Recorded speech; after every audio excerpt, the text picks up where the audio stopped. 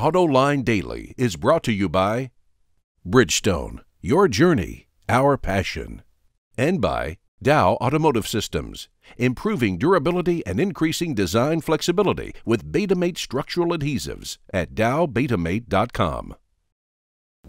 Welcome to a brand new month of Autoline Daily. But best of all, today is Friday. And in today's show, Tesla goes deeper in the red, but it still looks pretty impressive. How New York City could get rid of 4,000 taxi cabs, and Nissan comes up with one of the most unusual promotions for its big cargo van. Now to the news. Tesla lost more money in the last quarter, a lot more, and yet the company's finances actually look pretty good. Tesla sold 7,579 Model S cars, up nearly 50% from a year ago. Revenue shot up nearly 90% to $770 million. But the company is spending heavily on research and development, plant changes, and overseas expansion. So its operating loss soared 143%, and its net loss increased by over 100%. But the company has a very strong balance sheet with assets exceeding liabilities by more than $1 billion. And shareholder equity in the company shot up 40%. Thanks to its strong growth, we think it's safe to ignore Tesla's losses, at least for the time being. Yeah, that's a lot of red ink, but for a company that we can still consider a startup, Tesla is putting in an impressive performance. Earlier this week, we ran into Larry Burns, the former head of R&D at General Motors, at the iCar conference in Detroit. He was talking up the advantages of connected and autonomous cars. Citing research from the V2V program in Ann Arbor, Michigan, he showed how this technology could transform traffic congestion in cities. Using Manhattan as an example, he noted that there's 13,000 taxis that make 410,000 trips a day. But for each mile they travel with passengers, they travel over half a mile empty. And they spend an average of 5 minutes looking for their next passenger. The average trip is only 2 miles, and they average only 11 miles an hour, with a typical trip costing $7. But with connected cars, he says, the wait time would drop to 1 minute. Cabs would drive empty for only about a block, and he says the cost would drop to $1 a trip. He says that instead of needing 13,000 taxi cabs, New York City could get by with only 9,000. And what a difference taking 4,000 cabs off the street would make. Minivans are a dying breed in the US, but GM sees a need for them in China. That's why the automaker, along with its joint venture partners SAIC and Wuling, are introducing the 7-passenger Baojun 730. It's the first model to come from the joint venture's Protection for All safety concept, which now has more than 50% of its chassis made from high-strength steel and uses hot stamping and laser welding. The front and rear suspension was even tuned by Lotus Engineering in the UK.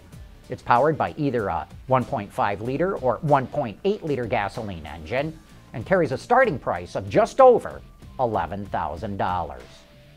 July car sales for the U.S. market will be trickling in all day long, but Chrysler was the first out with its numbers. Sales shot up nearly 20%, hitting over 167,000 units. Each brand in the group was up, but Jeep posted a stunning 41% gain. And we think that when we get all the numbers, July is going to turn out to have been a whale of a month. We'll have all the numbers in Monday's show. It's been over 2 decades since you could use the words Bret Michaels and cool in the same sentence, but the front man for the band Poison actually has a new music video that isn't lame.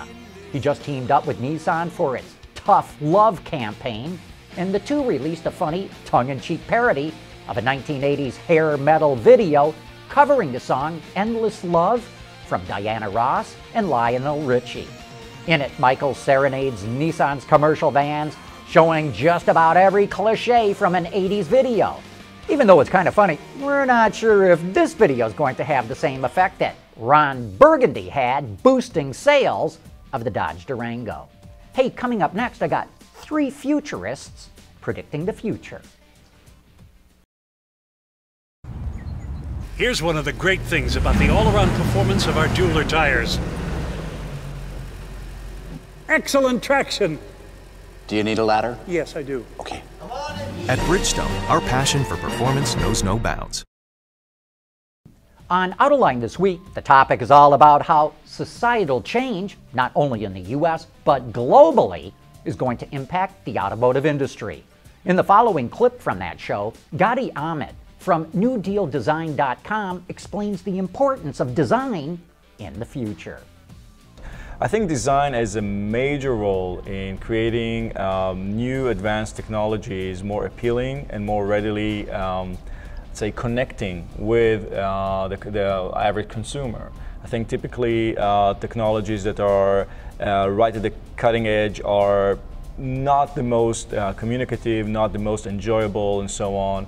And if you take a company that does it correctly, let's say like Tesla, they put the whole package together, it's something different. It becomes, it is breaking through some barriers and making people gravitate towards the product rather than being convinced or or pushed towards the product, let's say by regulation and so on. So I'm a great believer in a consumer open market where design has a major role to make these more ecologically friendly vehicles more appealing. What would crack the code to do that? I mean, from your vantage point, not as an automotive designer, as an outsider. So, 2 things in my opinion. One is a highly complex technical topic, which is range and anxiety. How do you deal with that? But another is something that people don't pay attention to. It's not an electric car any longer. Actually, even our gas cars are not gas cars. It's our digital environments. We actually text, which we don't like to admit. We have entertainment system, we have a navigation system, and so on. And people look at that as an extension of their living room, in a sense of having a lot of these enjoyable digital gadgets, if you wish, around them. And I think there is a way that we could take that digital brilliance and weave it into the car, create opportunities for people to lean back a little bit and enjoy the digital experience, leaving the car to drive a few miles. You know, it's still, you know, traffic jam and you don't want to deal much with driving. And then later in the, let's say, around the corner when it's open road, you could actually kick into your driver mode and enjoy the car. So I think digital technology within the car should really leap forward and allow people to enjoy digital experience rather than being just mere drivers. Also joining me for that discussion is Cheryl Connolly from Ford and John Gerzema, the CEO of BAV Consulting. And of course, you can watch that entire show right now on our website, Autoline.tv. And that's it for this week. Thanks for watching, and we hope you go out and have a great weekend.